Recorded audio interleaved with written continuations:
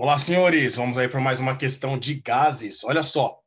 Para ilustrar os princípios de Arquimedes de Pascal, Descartes emborcou na água um tubo de ensaio de massa m, comprimento L e área de seção transversal A, sendo G a aceleração da gravidade e ρ a massa específica da água, e desprezando variações de temperatura no processo, ou seja, o processo isotérmico para nós, calcule, no item A, o comprimento da coluna de ar no tubo, estando o tanque aberto sobre pressão atmosférica PA. Então vamos lá.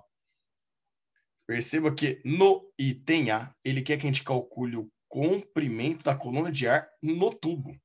Então ele quer saber isso daqui, ó. A coluna de ar dentro desse tubo, desde a bundinha dele, ó, até a superfície da água que está presente dentro do tubo ali. Fechou? Então, essa altura aqui, nós vamos chamar ela de Hzinho. Tudo bem? É a altura que ele está pedindo para nós calcularmos. Bom, nós sabemos que o tubo em si, ele tem um comprimento total que vale L. Então, vou colocar aqui, ó, comprimento total do tubo para nós aqui, vale L. Tudo bem? E aqui, meninos, nós sabemos que existe relação ao nível mais baixo de separação. Então, vou colocar aqui para vocês, ó. Se a gente olhar aqui, o nível de separação mais baixo que tem é o nível de água dentro do tubo para nós, certo ou não? Olha que interessante. Aqui, se eu pegar nesse nível aqui, ó, que separa o nosso ar da água aqui dentro, esse daqui representa para nós o nível de separação mais baixo que nós temos aí entre os meios ar e água, certo? E eu vou poder afirmar que tanto do lado de fora como aqui do lado de dentro, a pressão nesses dois pontos, elas são exatamente iguais para nós. Belezinha? Então vamos lá. Para a gente poder resolver no item A, olha só que bacana. Primeira relação que nós temos. Nós sabemos aqui que o peso do êmbolo, porque o êmbolo tem massa, certo? Então nós vamos poder falar que o peso do êmbolo, ele está se equilibrando com aquela força de empuxo, lembra? Um corpo, quando está imerso num fluido, seja líquido ou gás, aparece para nós aqui uma força de empuxo. Então, a gente pode falar que essa força de empuxo está anulando o peso desse tubo de ensaio, tentando levar ele para baixo. Então, aqui, ó, nós podemos falar que a força de empuxo tem a mesma intensidade da força-peso, certo? Vamos lembrar como é que a gente calcula empuxo? O empuxo é devagar. Lembra disso? Devagar. Densidade do fluido vezes o volume submerso vezes a gravidade. Então, vamos por partes? A densidade do fluido ou massa específica ele chamou de ρ. O volume submerso, senhores, o volume que está abaixo do nível da água, ó, é esse volumezinho aqui, ó. É o volume de ar que está ocupando esse volume e que, portanto, tem aqui uma certa altura, olha só, em relação ao nível da água do lado de fora e o nível da água do lado de dentro do tubo, essa altura eu vou chamar de X para nós aqui, tudo bem? Então, o volume submerso seria a área da base, a área da seção transversal do nosso tubo de ensaio, tá vendo lá dentro do tubo colocando, ó? Tem aquela área, vezes a altura, né? Então, o volume submerso seria a área vezes a altura para nós.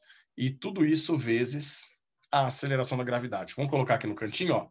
Empuxo é devagar, é a densidade do líquido vezes o volume apenas da parte submersa e vezes a gravidade. A densidade do líquido nós chamamos de ρ, no caso, o enunciado, né? O volume submerso do líquido é apenas o volume de ar que está debaixo do nível da água, abaixo do nível da água, né? Que seria a área da seção transversal do tubo vezes a altura de ar, que nós temos apenas a altura do ar submerso no líquido, que é o Hzinho. E tudo isso vezes a gravidade. Tudo isso é igual ao peso. O peso, para nós calcularmos, a gente faz a massa vezes a aceleração da gravidade. Então, aqui, ó, a gravidade de um lado, nós podemos cortar com a gravidade do outro, e aí nós vamos descobrir que essa altura X, essa altura, aliás, eu coloquei Hzinho aqui, não é Hzinho, né, perdão, a altura do volume submerso ali é X que nós chamamos, Hzinho foi outra altura para nós. Então nós vamos descobrir aqui que essa altura X, que é a altura do ar, apenas na parte que está submersa para nós, senhores, é a massa do tubo de ensaio, dividido pela densidade ou massa específica do líquido e pela área da seção transversal. Pior, mas não foi isso que ele pediu para nós, né? Com certeza não. O que ele pediu é o comprimento do tubo, que eu grifei em vermelho e coloquei em vermelho para vocês ali na figura. Ele quer saber o comprimento da coluna de ar dentro do tubo. É aquele Hzinho para nós. E agora, para a gente poder analisar essa altura Hzinho, nós vamos fazer aqui uma transformação gasosa. Exatamente, uma transformação gasosa. Olha que bacana. Antes, ou no início, tá? Antes, era quando o tubo estava na parte de fora do líquido, né? Não tinha sido emborcado ainda nesse líquido, ele estava fora. Então, aqui a gente vai poder fazer o antes, onde a pressão dele, que eu vou chamar de P1, era a pressão atmosférica, que era o ar atmosférico dentro do tubo, onde o volume desse tubo era a área da seção transversal dele, vezes a altura dele total, que é a altura da coluna do tubo de ensaio, que é L, e vezes a temperatura T1, que eu vou chamar de T. O depois é quando você já virou o tubo de ensaio dentro desse líquido. Virando o tubo de ensaio dentro desse líquido, a pressão que ele passa a estar sujeito lá, senhores, olha que bacana, eu vou chamar de P2. Primeiro, a pressão que o ar, a pressão que o ar tem dentro do tubo de ensaio empurrando esse pontinho vermelho, tem que equilibrar a pressão que está empurrando o pontinho vermelho do lado de fora aqui, que seria o quê? A pressão atmosférica, certo ou não? Pressão atmosférica, que é PA, mais a pressão que o líquido exerce aqui. E essa pressão hidrostática, nós vamos ter que lembrar agora como é que a gente calcula ela. Vamos colocar aqui do ladinho também, ó. Pressão hidrostática, senhor, a gente calcula por μ, densidade, que nesse caso ele chamou de ρ, G e H para nós.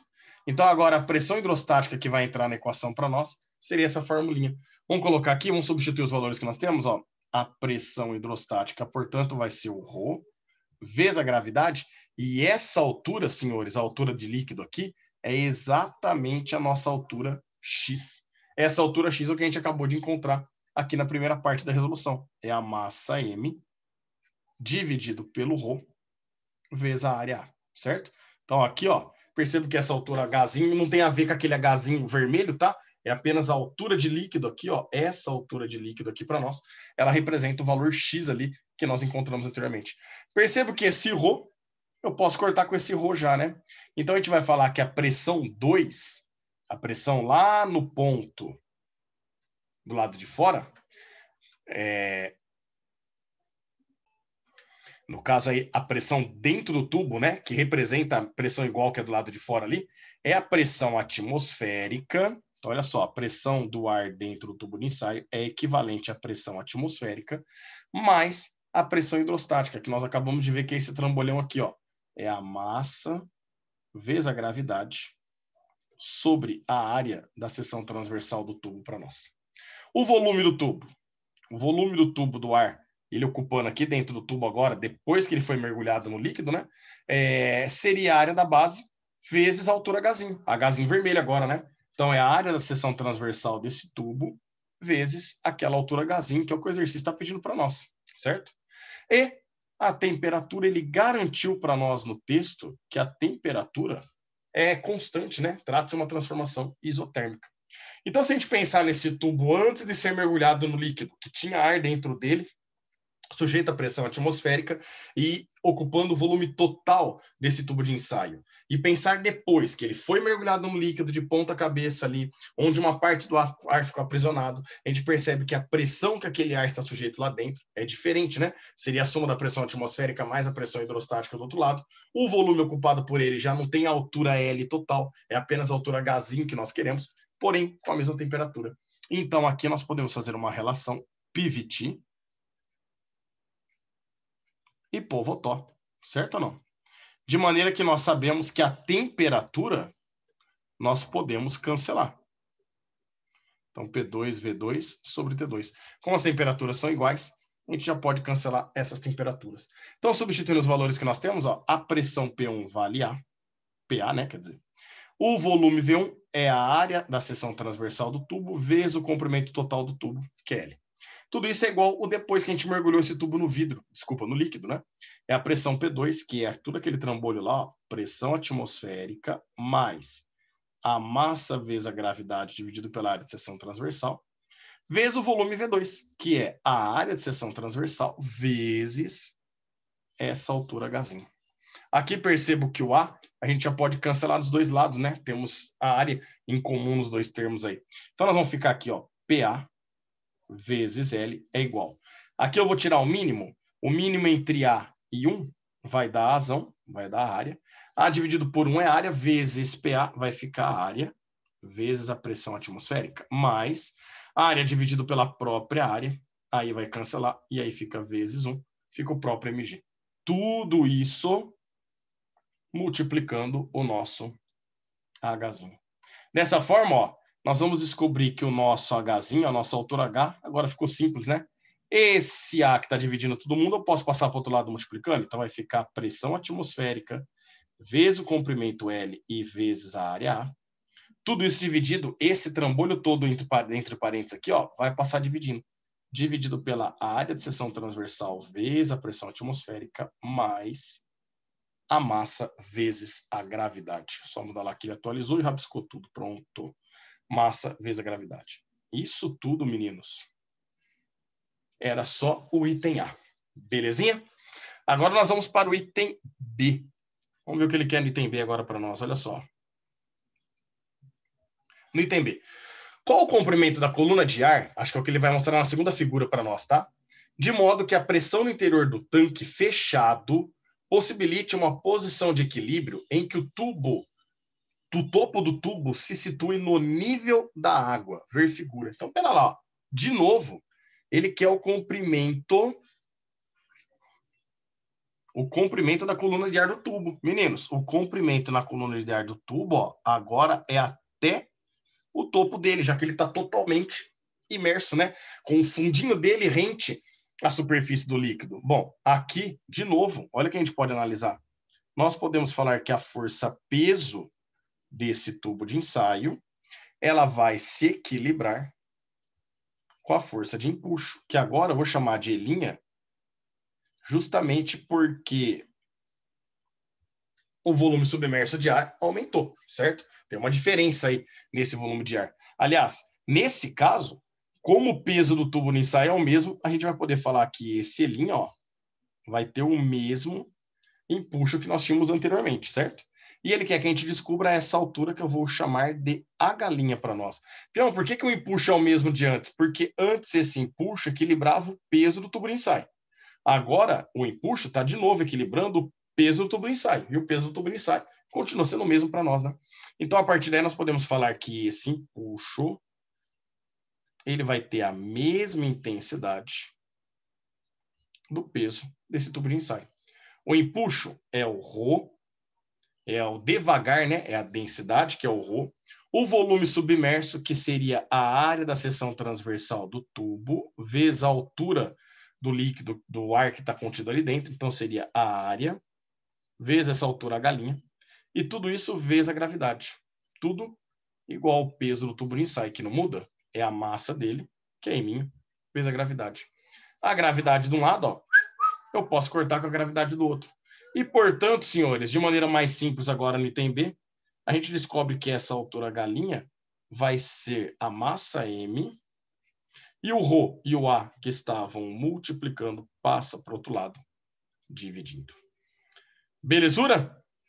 Questãozinha trabalhosa para nós, né? Grande abraço a todos e até a próxima.